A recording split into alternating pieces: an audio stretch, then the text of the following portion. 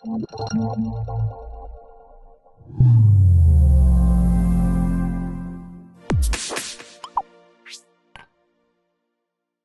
today I'm excited to welcome another of our guests to have a fireside chat with me in a really incredibly interesting area. So please join me in welcoming Kirk LaPointe. Hi, Kirk. Hey. Kirk is the publisher and editor-in-chief of Business in Vancouver, as well as an accomplished columnist who covers business and politics and hosts a great podcast that covers the same topics. You really have to give it a listen. Kirk is also an adjunct professor and instructor in the integrated journalism program at UBC. And he's going to tell us a bit more about how the media has weathered the last few months. How has COVID affected them and the intensity of the period that we've just gone through? And I think it's going to be really interesting to hear his thoughts on what lies ahead. So Kirk, thanks so much for joining us. I'll hand over to you and give our audience a bit of an introduction to you. Yeah, sure. Thanks. Thanks everybody for coming on. I'm not sure when it's the hottest day of the year that a fireside chat is what I'm necessarily looking to do, but we'll go from there.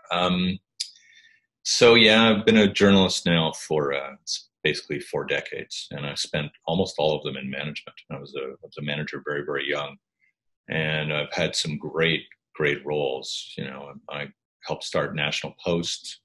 I ran CTV News, the overall operation. That's why I have gray hair. I was Lloyd Robertson's boss for a while, and I was a host on CBC News World.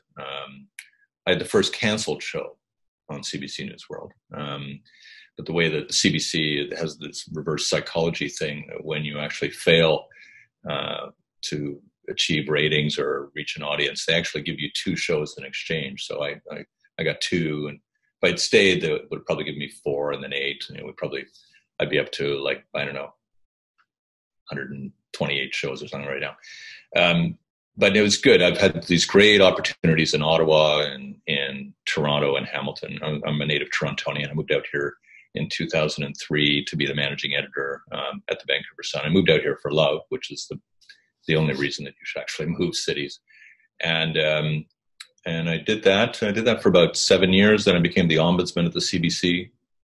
And then I suffered some kind of momentary lapse of reason. I ran for mayor here. That was an interesting exercise. Got the bags under the eyes as souvenirs from that. Made sure my blood pressure got restored after the campaign was over. And then I've been here at Glacier Media for about 5 years. And we do a weekly newspaper. Of course, we're breaking news online all day. We've been around for 30 years. And we do a suite of a couple of dozen magazines, including, of course, the one in conjunction with BC Tech, and a daily podcast. We do about 30 events, or we did about 30 events a year. And of course, those are now pretty well shunned to the side. And if I had to say, roughly, what the state of journalism is right now, is that news has never been more interesting.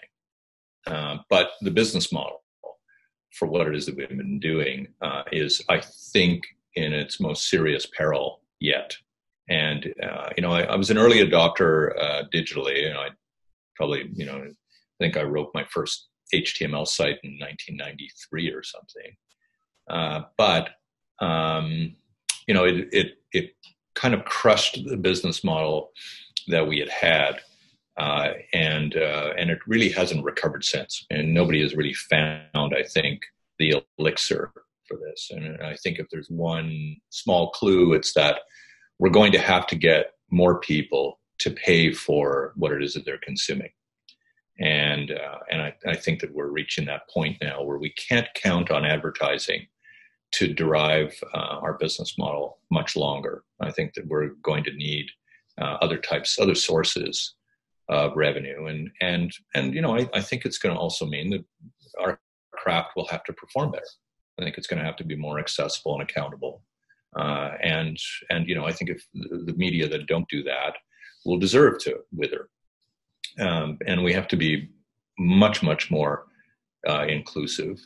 My wife's just released a book in conjunction with another scholar at UBC called Reckoning, and they've been working on it for 5 years, and it probably couldn't have come out at a better time, because it really is about how a lot of our business model in journalism has failed, not just simply because of the weird arrangement between advertisers and audiences, but because we haven't sufficiently reflected and included those in our markets for our work.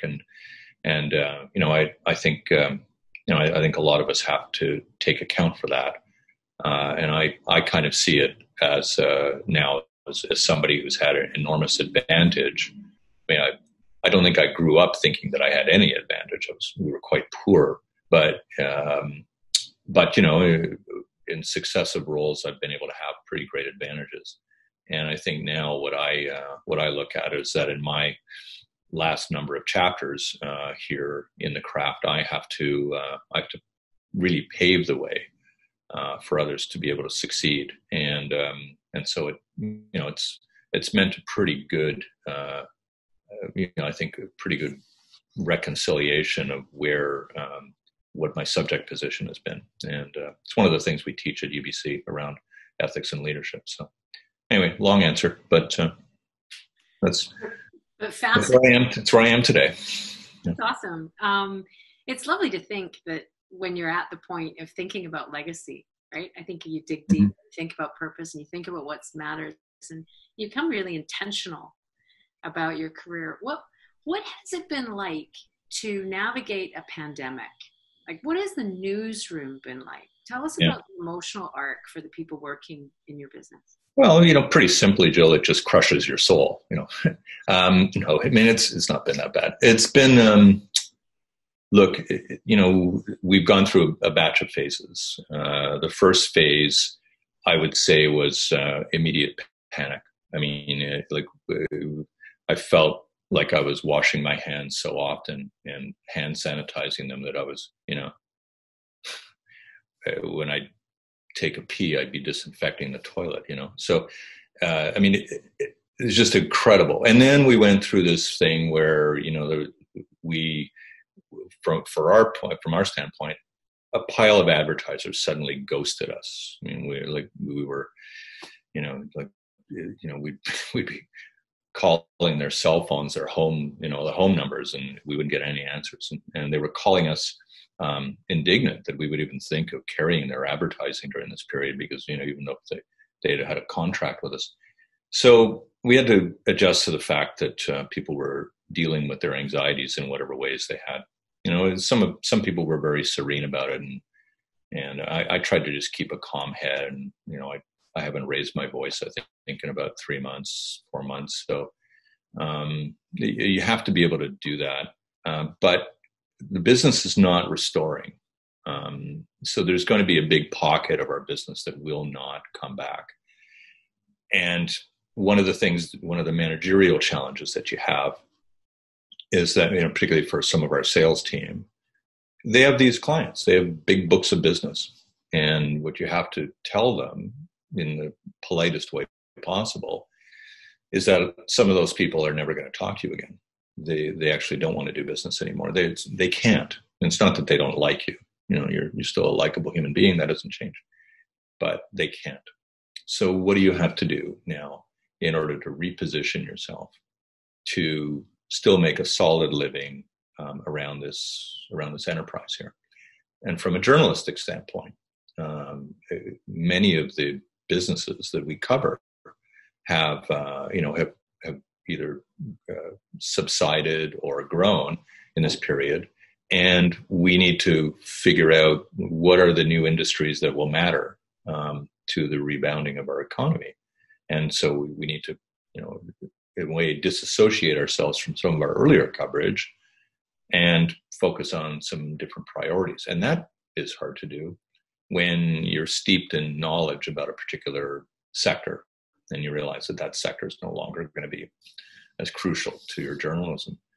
So, in a roundabout way, these are all the pieces that have been flung around And look, I think Zoom's wonderful. I think I've maxed out at 12 calls a day. Like, I think that was my max. But neuroscientifically, we all know that they drain the bejesus out of you.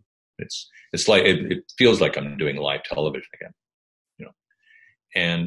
and so what I've taken to doing in the last number of weeks is to bring people back in small groups and keep them here for 2-3 hours and talk through what their week or their next 10 days are going to be like, what their last 7 or 10 days were like, and get that collaborative, creative thing going again. Because the one thing we did is, I think we got so excited by the technology and realized that it permitted us to do all this great work from home, but we didn't fill the pipeline all that well. We simply we used the gas that was in the tank and we ran it down, and I think people are starting to show the effects of that.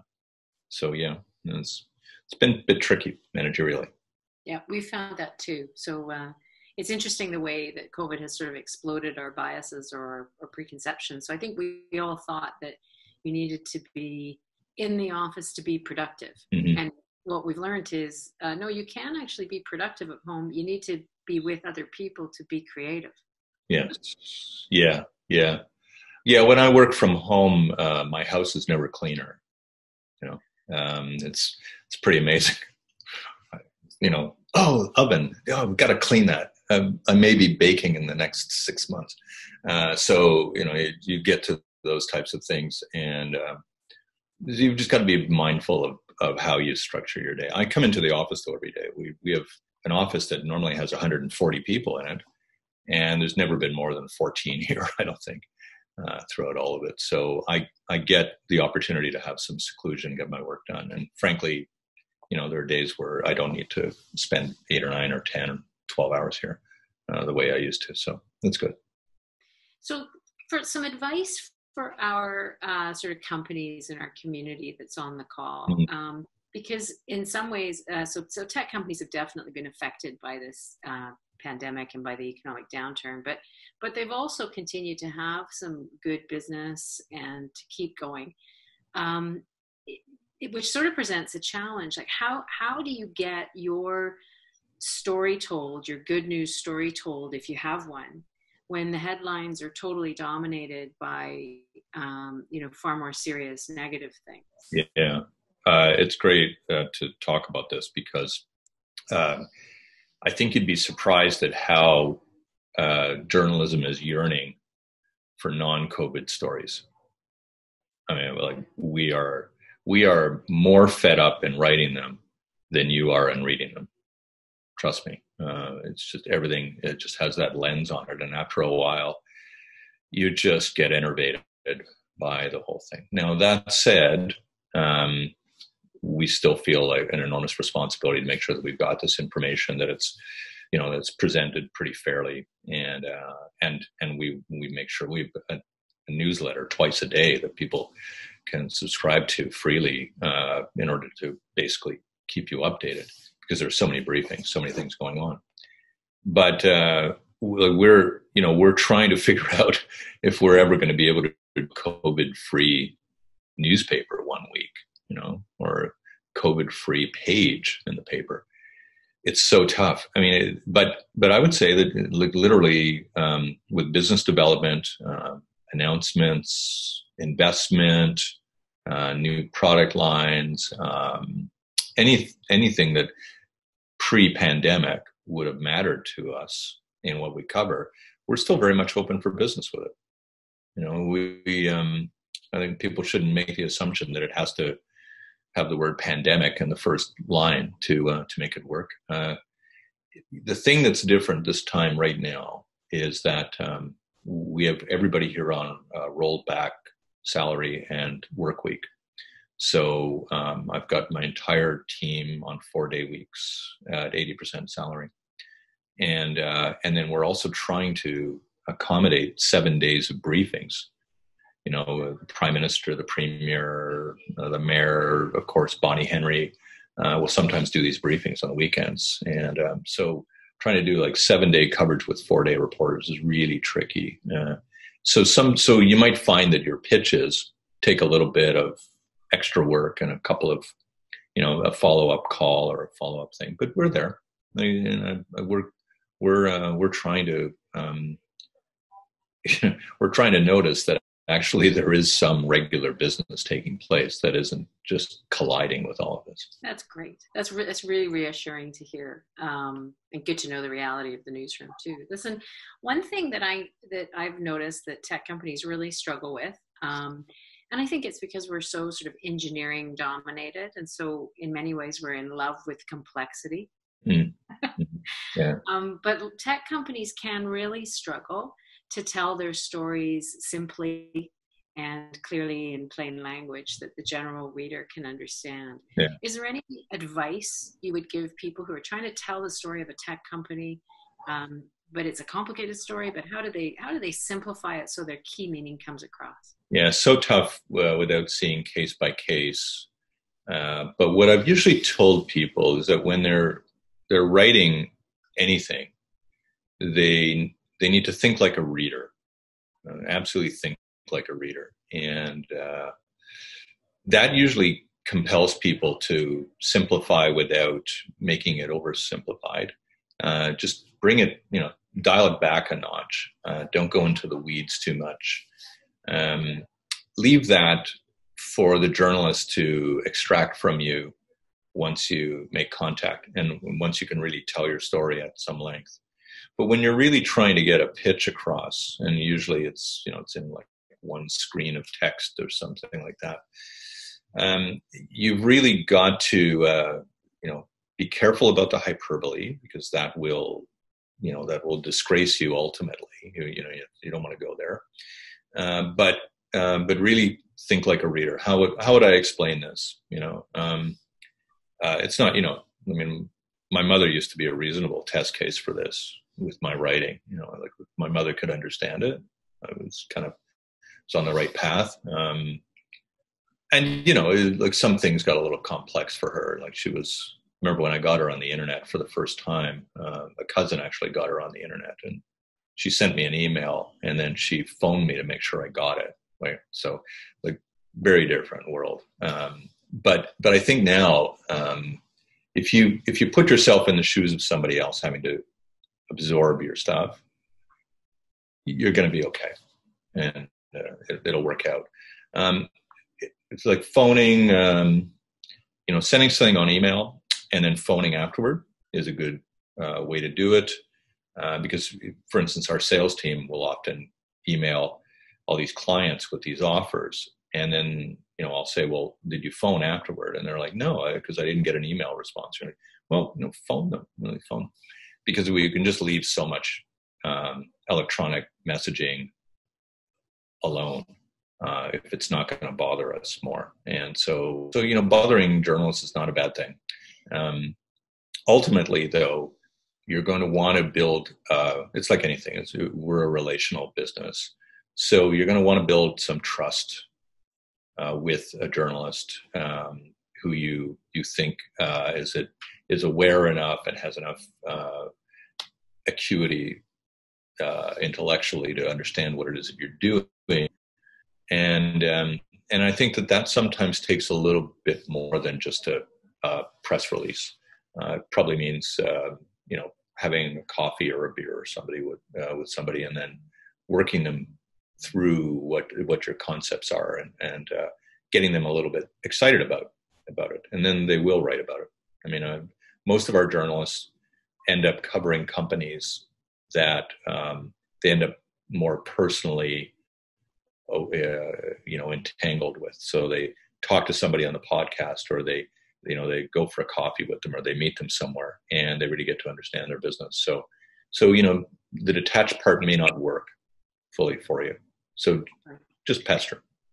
I think one of the other things that I've noticed, because you've helped us out, Kirk, this year with judging on the Technology Impact Awards, and every year we film videos for the Technology Impact Award finalists so that we can show the 2-minute video with the 3 finalists. And I found that a couple of questions that really worked for me to get to an understanding was, pretend I'm your grandmother what does your product do? Yeah. So Yeah. that's you Yeah. Yeah. No. Yeah. right? And the other one was, what excites you about your company? Like what makes it more interesting, more exciting, different to your competitors? And Yeah. that's where I found I was getting the gold that people would otherwise not tell you, you know, like we're the only people on the planet who are trying to approach this problem this way. Really? That's interesting, you know, and it Yeah. takes you somewhere other than we're a B2B SaaS platform that delivers synergies for customers, which yeah, okay. Yeah. I mean, it's so hard to dig in, right? I mean, if you're going to ask yourself those questions, like ask them of yourself and not be satisfied with the first answer that comes to mind. 'Cause for instance, I ask journalists, student journalists every year, like, why are you taking this course? What's, and I usually get, first answer is usually like, oh, I consider myself a storyteller. And you're like, oh, come on. Like, and then you might get like well, I really don't like the power dynamic in society, and I'm an underdog, and I want to, I'm after social justice. And you're like, yeah, okay, but like, what is it about you? Like, what happened in your life that made you want to do this? Like, what was the, like, I don't want to be a therapist for them, but I want to understand, like, what was the childhood memory, the exercise, the trauma, whatever the heck it was, that made them feel like this was the thing they wanted to do, as opposed to generating, creating a business or going into the clergy or whatever the heck they wanted to do. And that's when eventually you can get people to really talk about their passion and what it is that happened in their lives that made them really, open up to this, and then they'll usually turn it on me. Well, what made you a journalist? And you're like, well, I'm a storyteller, and but for me, it was very simple. Like, I grew up not knowing who my father was. And I didn't know who my father was. My mother had a very brief affair, and it was the 1950s, and you couldn't find, there's no Google, to track anybody down. So my whole thing was in journalism was I was always writing about government and how governments were stubbornly not parting with information and all that, and secrets, right? So, but because it was like one secret I was always after, right? It was like the one secret I never had. And very simple, like, a psychoanalyst can pull that apart from you in about 10 minutes. And yeah, so every person, every business creator has one of those childhood, teen year type of stories that says, this is why I went after this. This is why my company does this, because this happened. This was my upbringing, and here's how I've translated it into something that I really am passionate about. And if you can get that across, then you're going to get people grazing out of your hands endlessly, because they'll see that you've actually translated your history into something contemporary that then matters to them. And so I'd encourage you don't have to spill the beans on your childhood trauma, but you have to at least understand it and figure out how it has situated you in anything, and what that means to the overall operation of your business. That's fantastic, Kirk. Thank you. You've given me a lot of food for thought, actually, for myself. I'm going to spend the lunch hour thinking about what that is for me. I think that's a fascinating arc to go on. And I'd love to explore it a bit more. Listen, we're at time, and I really apologize because I totally failed to go to the questions in the chat this time. Yeah.